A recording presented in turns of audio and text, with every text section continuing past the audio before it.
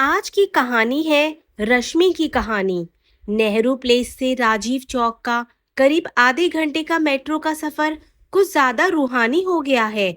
अब यह metro station रात को भी सपने में नजर आता है। क्यों नहीं आएगा? यही मैंने उसे पहली बार देखा था। देखा क्या? पहली नजर में उससे प्यार करने लगा। पता नहीं कि यह मेरा प्यार है या महज आकर्षण। पहला दिन, दूसरा दिन और फिर शुरू हो गया जाने आने का सिलसिला। स्टेशन पर जब वह नजर आती तो मेरा दिल उछलने लगता। अगर नहीं दिखती तो एकदम उदास हो जाता।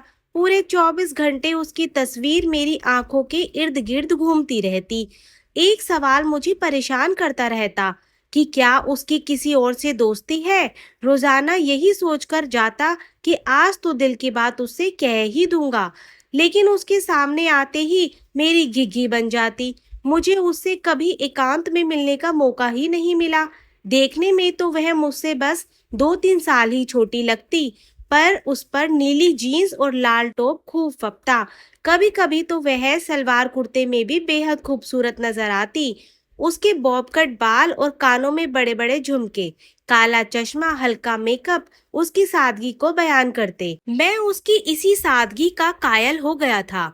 मेट्रो में पूरे सफर के दौरान मेरी नजरें उसी के चेहरे पर टिकी रहती। मैं सोचता, कैसी लड़की है, मेरी तरफ देखती तक नहीं। फिर दिल को किसी तरह तसल्ली दे देता। फिर सोचता कि कभी तो उसे तरस आएगा। दोस्त कहते हैं लड़कियां तो पहली नजर में ही अपने मजनू को ताड़ जाती है। मैं भी तो उसका मजनू हूँ। फिर क्यों? मेट्रो में मोबाइल की लीड लगाकर उसका गाना सुनना मुझे अखरता रहता। कभी कभी तो वह गाने सुनने के साथ साथ अंग्रेजी उपन्यास भी पढ़ना शुरू कर देती। मेट्रो में राजीव चौक की घोषणा होते ही वह सीट से उठ जाती और तेजी से चल पड़ती। मैं भी भीड़ के साथ साथ उसके पीछे हो लेता। रीगल सिनेमा हॉल के आसपास कहीं उसका कार्यालय था। जब तक वह मेरी आंखों से ओझल नहीं हो जाती तब तक मैं खड़ा एकटक उसे देखता रहता। बाद में धीरे धीरे मैं भी अपने कार्यालय की ओर चल पड़ता। कार्यालय में काम करने का मन ही नहीं करता।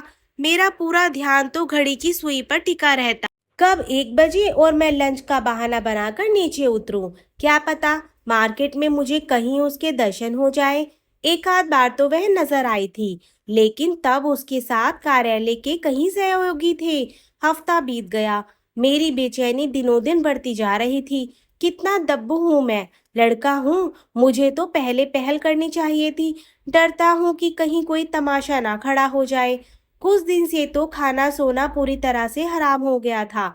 जब टिफिन का खाना वापस घर लौटने लगा तो भाभी नाराज होने लगी। शिकायत माँ तक पहुंची। सुबह भी मेरा नाश्ता ढंग से नहीं होता।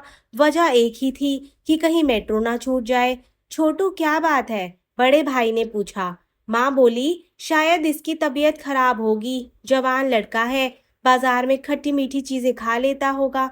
नहीं नहीं सासू जी, राजू बाहर कुछ नहीं खाता है। समझ में नहीं आ रहा है कि इस लड़के को किस बात की जल्दबाजी रहती है। मैं समय पर नाश्ता बना लेती हूँ। कल थोड़ी देर क्या हो गई, बरस पड़ा था। पहले तो इसकी कभी बोलने की भी हिम्मत नहीं होती थी। देवरानी आ जाएगी तो दिमाग ठिकाने लगा देगी, भाभी बोली। हाँ, मेरी नजर में मास्टर देवधर जी की बेटी नीता है। इसी साल उसने 12वीं की परीक्षा अच्छे अंकों से पास की है। देखने में गोरी चिट्टी, सुंदर और सुशील है, भैया बोले। राजेश से बात तो चलाओ, मुझसे तो वह शर्माता है। माँ, तुम ही उससे बात करके देख लो। रविवार को छुट्टी का दिन था। मैं अपने कमरे में बैठा उन सब लोगों की बातें सुन रहा था। मुझे लगा कि अब तो माँ मेरे कमरे में आ ही जाएगी। मैं फौरन उठा और अपने 8 साल के भतीजे को आवाज लगाई। सोनू, चल छत पर पतंग उड़ाते हैं। अच्छा, चाचू आया, लेकिन चाचू मम्मी ने पढ़ने को कहा है। चल तो सही, मैं भाभी से कह दूंगा। राजेश सुन, माँ ने आवाज दी, पर मैंने माँ की आवाज को अनसुना कर दिया। भतीजे को कंधे पर बैठाया और तेज कदमों से छत पर चला गया। पीछे से भाभी की आवाज सुनाई दी। राजू सुन, नाश्ता तो कर ले। बाद में भाभी। इतने में भैया बोले। शर्मा गया क्या? लगता है कि उसने हमारी बातें सुन ली है। चलो, इतनी भी जल्दी क्या है, आराम से बात कर लेंगे। भैया यह कहकर बाहर चले गए और माँ भाभी अपने अपने काम में व्यस्त हो गई। छत पर जाना तो मेरा बस एक बहाना था। मैं फिर उसकी यादों में खो गया और सोचने लगा, कल तो कुछ भी हो जाए मैं उससे अवश्य बात करूंगा। चाचू चाचू, कहाँ ध्यान है आपका? डोर तो ठीक से पकड़ो, हमारी पतंग कट जाएगी। अच्छा अच्छा, तू ढील तो छोड़। छत पर काफी देर हो गई, भाभी से रहा नहीं गया। वो नाश्ता लेकर ऊपर छत पर ही आ गई। भाभी से मेरा बचपन से ही गहरा लगाव था। बचपन में मुझे नहलाने धुलाने की सारी जिम्मेदारी उन्हीं की होती थी। भाभी से रहा नहीं गया और बोली, राजेश नाश्ता कर ले, कब तक भूखा रहेगा? आखिर ऐसी क्या नाराजगी है? अब तो दोपहर के खाने का समय होने वाला है। हाँ भाभी, रख दो, खा लूंगा। नहीं नहीं, पहले खा, क्योंकि तब तक मैं जाने वाली नहीं। तेरे भैया ने सुन लिया तो दोनों को डांट पड़ेगी। क्या बनाया है भाभू? आलू के पराठे और आम की चटनी। अरे वाह! और फिर मैं खाने पर टूट पड़ा। भाभी मेरे बदले व्यवहार से परेशान थी, इसलिए वह अकेले में मुझसे बात करने का बहाना तलाश रही थी। अरे राजू, कब तक भाभी से छिपाता रहेगा? मैं तुझसे बहुत बड़ी हूँ, जिंदगी की समझ मुझे तुझसे ज्यादा है। नहीं नहीं भाभी, ऐसी कोई बात नहीं है। कहीं तेरा कोई प्यार व्यार का चक्कर तो नहीं है? मुझे बता दे। अब तो घर में तेरी शादी की बातें होने लगी है।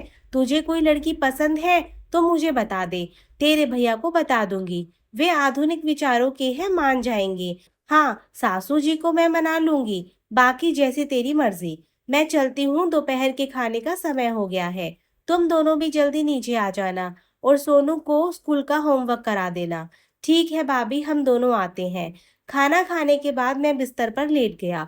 नींद तो कोसों दूर थी। रात के खाने पर माँ ने शादी की बात छेड़ने की कोशिश की। मैं बोला, इतनी भी क्या जल्दी है? इतने में भाभी बोल पड़ी, ठीक है, मैं राजेश को समझा दूंगी। अभी उसे खाना तो खा लेने दो। सप्ताह में एक दिन तो घर पर रहता है। मैं भतीजे को लेकर अपने कमरे में चला गया। भाभी मेरा कितना ख्याल रखती है, उनसे कोई बात छिपानी नहीं चाहिए। लेकिन पहले उस लड़की से बात तो हो जाए। सोमवार से सोचते सोचते शुक्रवार बीत गया। इस बीच उससे बात करने का मौका नहीं मिला। आज शनिवार था, इसलिए मुझे उठने की जल्दी नहीं थी। सुबह का नाश्ता मैंने आराम से किया। मेट्रो स्टेशन पहुंचा तो देखकर चौंक पड़ा। वह पीछे वाले कोच की तरफ जा रही थी। आज कोच में कम लोग थे। मैं फौरन उसकी बगल वाली सीट पर जा बैठा। मैं कांपती आवाज में उससे बोल पड़ा, मैं राजेश। उसने पहले मेरे चेहरे की ओर देखा और बोल पड़ी, आई एम रश्मि। तुम भी रोजाना राजीव चौक जाते हो? कई बार देखा है। क्या करते हो? एमबीए किया है मैंने। एक पीआर कंपनी में नौकरी करता हूँ। मैं भी एक टायर कंपनी में काम करती हूँ। वैसे शनिवार को छुट्टी होती है, लेकिन आज ऑफिस में काम कुछ ज्यादा था, इसलिए आना पड़ा। कब राजीव चौक आ गया पता ही नहीं चला। अच्छा, चलती हूँ। आज पूरे 13 दिन के तनाव व बेचैनी के बाद मुझे राहत मिली। अब तो भाभी को बता ही दूंगा। नहीं नहीं, आज तो पहली बार बात हुई है। 2-3 बार मिलेगी तो खुलकर बात करने का मौका मिल जाएगा, मैंने मन ही मन सोचा। सोमवार को वह दिखाई नहीं दी। लगता है कि पहले निकल गई होगी। जब 2-3 दिन ऐसे ही गुजर गए तो मेरी बेचैनी बढ़ने लगी। कहाँ गई होगी? काश मैंने उससे मोबाइल नंबर मांग लिया होता। सोच सोचकर मैं परेशान हो उठा। शाम को पूरी तरह से निराश था। उम्मीद ही नहीं थी कि रश्मि से मुलाकात हो जाएगी। रश्मि का चेहरा कुछ थका थका सा लग रहा था। पास पहुंचा तो बोल पड़ी, अरे राजेश, कैसे हो? ठीक हूँ, क्या बात है, 3-4 दिन? हाँ, मैं हैदराबाद गई थी। मामा जी का देहांत हो गया था। आज सुबह ही फ्लाइट से दिल्ली लौटी हूँ। मेट्रो तेज रफ्तार पकड़ चुकी थी। बातचीत में सफर कब कट गया पता ही नहीं चला। नेहरू प्लेस स्टेशन आते ही वह उतरी और तेज कदमों से ऑटो लेकर घर चली गई। मैं भी अपने घर चला गया। घर पहुंचा तो भाभी मेरी चाल ढाल से समझ गई। देवर जी, आज तो चेहरे पर रौनक नजर आ रही है। क्या कोई खुशखबरी है? नहीं भाभी, आप तो। चल चाय बनाकर लाती हूँ, हाथ मुंह धो ले। माँ भी आ गई। माँ कुछ पूछे उससे पहले ही मैं कपड़े बदलने का बहाना बनाकर अपने कमरे में चला गया। भतीजा भी मेरे पीछे पीछे हो लिया। चाचू, 10 रुपए दो, कुछ लेना है। ठीक है, लेकिन मम्मी पापा को मत बताना।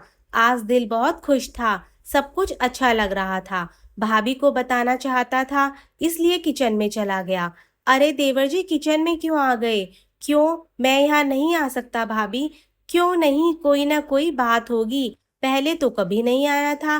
तेरे पास हमारे साथ बात करने का तो समय ही नहीं होता। बोल, खाने में क्या बनाऊं तेरे लिए? पनीर खाने का मन हो रहा है भाभी। ठीक है, भाभी ने कहा। बाजार से खरीद कर ले आ, मैं बना देती हूँ। बहुत दिन से सोनू भी पनीर की जिद कर रहा था। अचानक माँ आ गई और बोली, क्या बातचीत हो रही है दोनों देवर भाभी में? कुछ नहीं माँ, मैं भाभी से कह रहा था कि पनीर की सब्जी बना दो। हाँ हाँ, क्यों नहीं, ठीक है, पालक भी ले आना। पालक पनीर की सब्जी तेरे भाई को पसंद है। मैं फौरन बाजार की तरफ निकल पड़ा।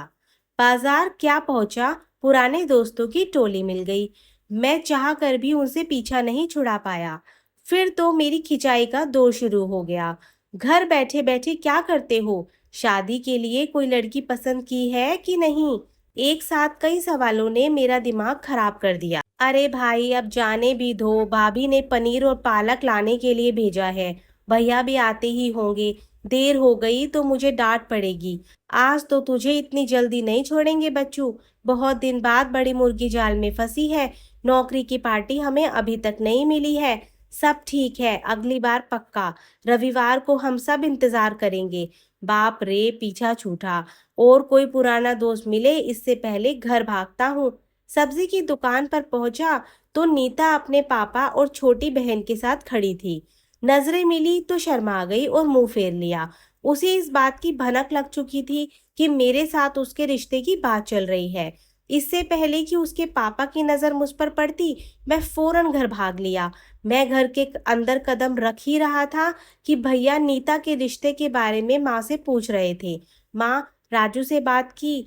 नहीं, अभी नहीं। पहले उसकी हाँ तो हो जाए, फिर सभी उनके घर चल पड़ेंगे। मैंने नीता को बचपन से देखा था। हम दोनों साथ साथ खेलते थे। पिछली बार देखा तो पहचान नहीं पाया। तभी दोस्तों ने बताया कि वह नीता है।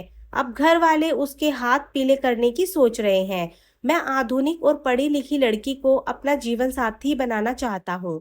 नीता की तरफ मेरा ध्यान ही नहीं गया था। रश्मि तो पढ़ी लिखी है, अच्छी नौकरी है, घर वालों को जल्दी पसंद आ जाएगी। बस अब रश्मि का इंतजार है। 2-4 दिन में हम दोनों पूरी तरह से घुल मिल गए थे। लेकिन अभी तक इतनी हिम्मत नहीं हुई कि दिल की बात कह सकूं। सोचता हूँ कि जल्दबाजी में कहीं बात बिगड़ ना जाए। रश्मि वैसे तो खुले विचारों की युवती थी। खुलकर बात होने लगी। अगले दिन शनिवार को रश्मि ने मेरा घूमने का प्रस्ताव मान लिया।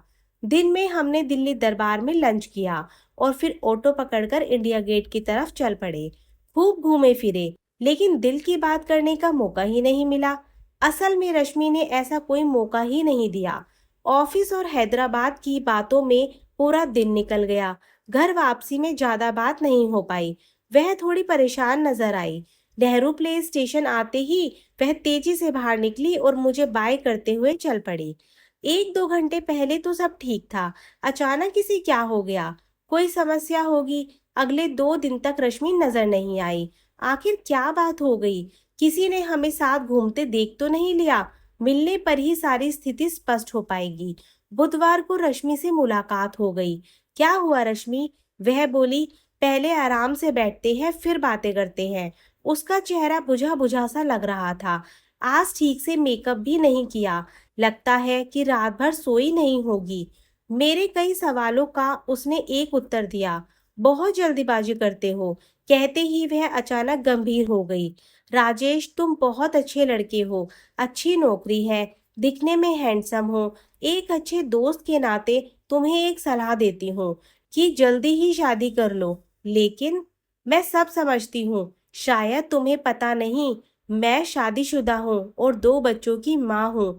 पति आर्मी में है, उनकी ड्यूटी ज्यादातर सीमा पर रहती है। मैं सास ससुर के साथ रहती हूँ। मैं दोस्ती तोड़ने को थोड़े कह रही हूँ। वह तो चलती ही रहेगी, यह सब अलग बात है। जिंदगी की गाड़ी चलाना अलग बात है। मैं पूरी तरह से जड़वत हो गया। क्या सोचा था क्या हो गया। एक ही झटके में सब खत्म हो गया। अचानक रश्मि सीट से उठी और तेजी से चल पड़ी। मैं अवाक रह गया। उसके जाते ही मैंने खुद को संभाला। मेरी क्या गलती थी? स्टेशन पर उतरने के बाद मैं धीरे धीरे घर की ओर चल पड़ा। पैर जमीन पर ठीक से नहीं पड़ रहे थे। दरवाजे पर पहुंचा ही था कि भाभी खड़ी थी। अरे राजू, तू आ गया? क्या बात है? तेरे चेहरे पर तो पूरे 12 बजे हैं। नहीं भाभी, ऐसा कुछ नहीं है। अचानक मेरे मुंह से निकल पड़ा। भाभी, आप लोग नीता को देखने कब जा रहे हो? भाभी, मुझे नीता पसंद है। भाभी को एकाएक विश्वास ही नहीं हुआ। उन्होंने उत्साह में भैया को जोर से आवाज दी। अजी, सुनते हो? क्या है, क्यों इतना चिल्ला रही हो? भैया बोले, जल्दी से बाजार से 2 किलो अच्छी बर्फी तो ले आओ। आखिर ऐसी क्या बात हो गई? कौन सी खुशी की बात है? अपने राजू को नीता पसंद आ गई है। वह शादी के लिए मान गया है। माँ भी दौड़ी दौड़ी बाहर से आ गई। घर में पूरी तरह से खुशी का माहौल था। भतीजे ने सुना तो वह भी खुशी से पागल हो गया। मैं अपने दोस्तों को बताने जा रहा हूँ, चाचू, मेरे चाचू की शादी होगी, बहुत मजे आएंगे। दोस्तों, आपको आज की कहानी कैसी लगी हमें कमेंट बॉक्स में ज़रूर बताएं। और अच्छी प्यारी कहानी के लिए हमारे चैनल को सब्सक्राइब करें। Thank you.